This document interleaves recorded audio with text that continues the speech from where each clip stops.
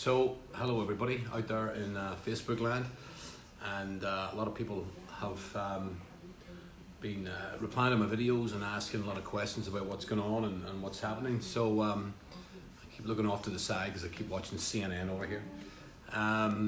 Yeah, it's everything and a lot more than what you're probably seeing and hearing about, and we're now under strict house rules and stay indoors and really only going out for shopping, groceries, or a pharmacy visit. There's really no need to be outside. There are a lot more police patrolling the streets, and they've really clamped down very hard on what people should be and shouldn't be doing. I was out this morning getting some things, but all the bars are closed, the shops are closed. It's worse than yesterday, and we've noticed that things are changing by the hour. The rules and regulations just keep changing. But this morning when I was out getting some bits and pieces, it was worse than yesterday. It was a ghost town, and there's just literally nobody around. It's a very strange time.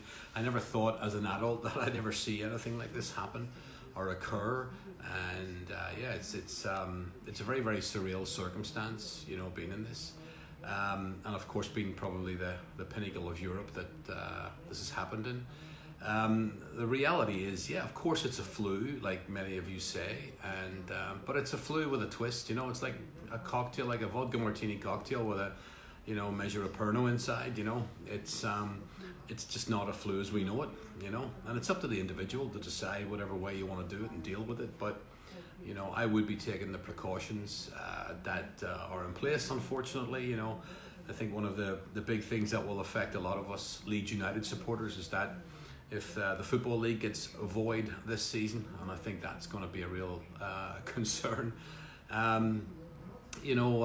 Get the masks and do get your hand sanitizers and bits and pieces. But I think what's really silly or even to go as far as said very stupid is that people going out and stocking up on toilet paper and hand sanitizer and tinned foods. There's really, if everybody just calms down and does their normal weekly shop, I think that's a kind of adequate enough, rather than rushing out and bulk buying toilet paper and then maybe trying to sell it to their friends on eBay for 10 times the price. And don't be bulk buying kitchen roll either and thinking I'll use that if the toilet paper runs out, because then you're going to block sewage systems and cause more problems. So these are a lot of the things that are happening here, and it's making its way across Europe, and I don't think it's going to be that long, but until other parts of Europe, UK, Ireland, Northern Ireland, etc., are experiencing more and more restrictions on what they can and can't do. It's a very unfortunate circumstance, and sorry, I'm just having a coffee as well. And I think that very unfortunate last night that during the President of the United States speech, he referred to it as a foreign virus. And whilst in many minds it might be, the reality is that is going to incite a lot of uneasy tensions with people, especially that are foreigners, and I think that's been described in completely the wrong way. I think there are other ways to describe the virus. It's the coronavirus. No matter where it has come from or where it has stemmed from, we were not prepared for it, and it has taken its toll on Europe, and will do for many weeks and potentially months to come. So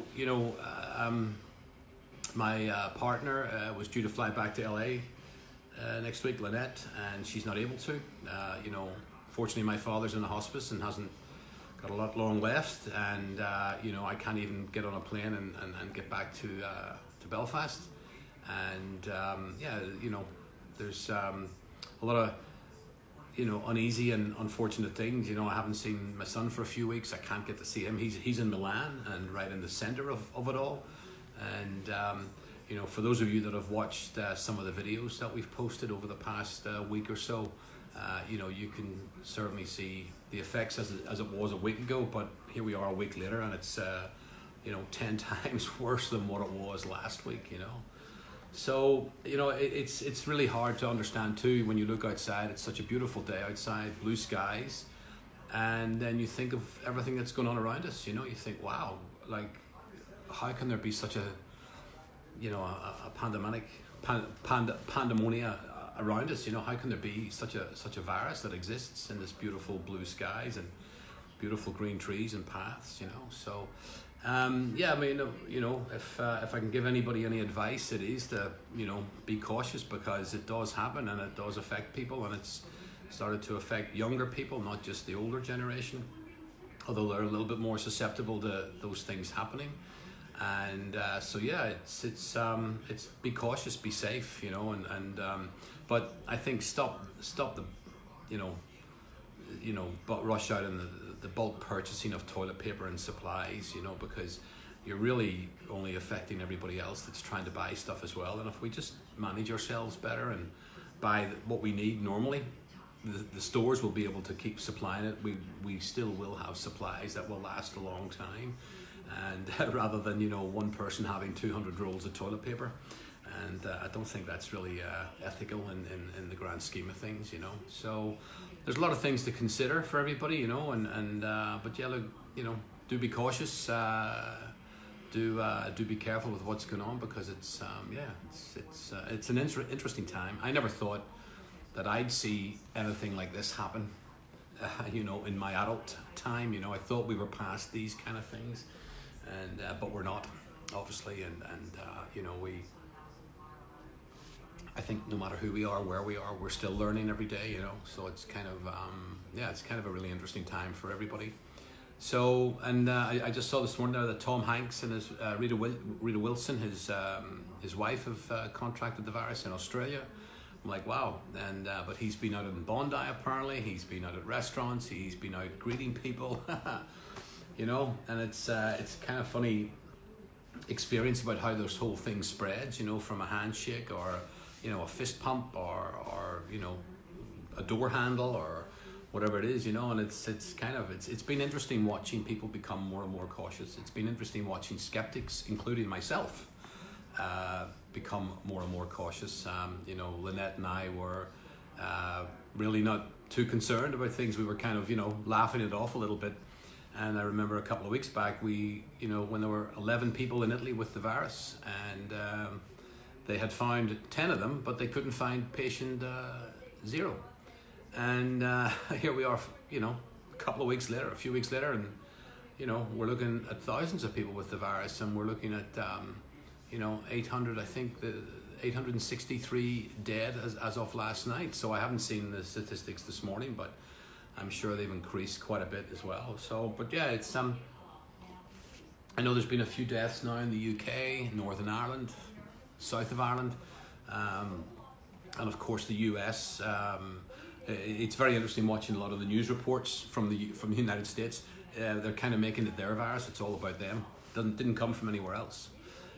But you know, they have a big nation to protect, and they've got to buckle down. And you know, I think they should have taken a little bit more caution a couple of weeks back, but they didn't. And you know, they get it from two ends. You know, wherever it has originated from in China, of course, and they get it on the West Coast and they get it on the East Coast. But it's been very, very interesting time. There was a headline last week, actually. It was 15 guys had returned back to the US from northern Italy from a ski trip, and they all had tested positive to coronavirus. But the newspaper was more concerned about the fact that they all lived in and around the Kardashians, and they made it out that they live. I mean, really, you know. So the Kardashians made a headline during the coronavirus. Lucky them.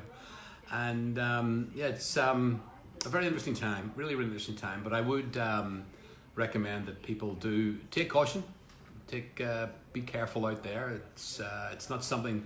It was something to maybe be, you know, grinned or smiled or laughed at last week, the week before, and the week before. But honestly, as this spreads, across Europe, and you know, living in it firsthand, I have to tell you guys to, you know, make sure you buckle up and do take care, and you know, there's a lot going on. There's a lot happening, and so anyway, on that note, I'll be posting another update later on today from some footage I've been shooting over the last couple of days. So it's yeah, stay indoors, everybody that's in Italy, and of course as it moves across, you know, Germany, Austria, France, Spain, into the UK, and into north and south of Ireland. You know, let's be cautious out there. Let's not just laugh it off and think, oh, it's just a flu, I won't get it. Unfortunately, guys, it's a flu with a twist. You know, definitely a flu with a twist. So yeah, it's funny. I just saw Jane. Hello, Jane. Popped up. Jane made it really, you know, with Trump banning all the flights from Europe, from 14 countries in Europe to the US, and you know, whilst I'm talking or we're chatting here about the flu, the adverse effect across all industries is just incredible, and it's really, really sad, you know, to think that, you know, when I was in Venice last week, people just, you know, they don't know what to do. You know, people don't have the financial backing to sustain, you know, tourists not being in the community and shopping and spending, not visiting their cities, and you know, we see this, the airlines, while some of the airlines are offering cut price flights, you know, that really doesn't generate enough income to keep that plane in, you know, plane in the sky, and the fuel costs. But of course, we're seeing fuel costs plummet as well. We're seeing stock markets drop. So it is quite a very interesting time. And you know, industry, all industries, events, airlines, tourism, you know, local mom and dad, mom and pop, you know, style shops that are relying on a few people to come through every day and buy little knickknacks and stuff like that. So, you know, they're going to be hit very, very hard in all of this, because this is not just going to go away today or tomorrow, you know, unfortunately. And I think living in it, you certainly get a really better picture, a bigger picture of what is actually happening here. And we are in a very, you know, in the red. We are right slap bang in the middle of the red zone. So we are in this. So yeah, that's about it really. I'm going to get back to editing a couple of videos, and I'll post them up later on. And thanks for watching, thanks for tuning in, and I'll maybe do a little bit of an update later on once I get a bit. But it's CNN headline there is coronavirus changes everyday life indefinitely, and that unfortunately is true for a lot of people, for all of us. That's a really unfortunate thing to have to write, but yeah, we got to deal with it. All right, thanks guys, take care, talk later, bye.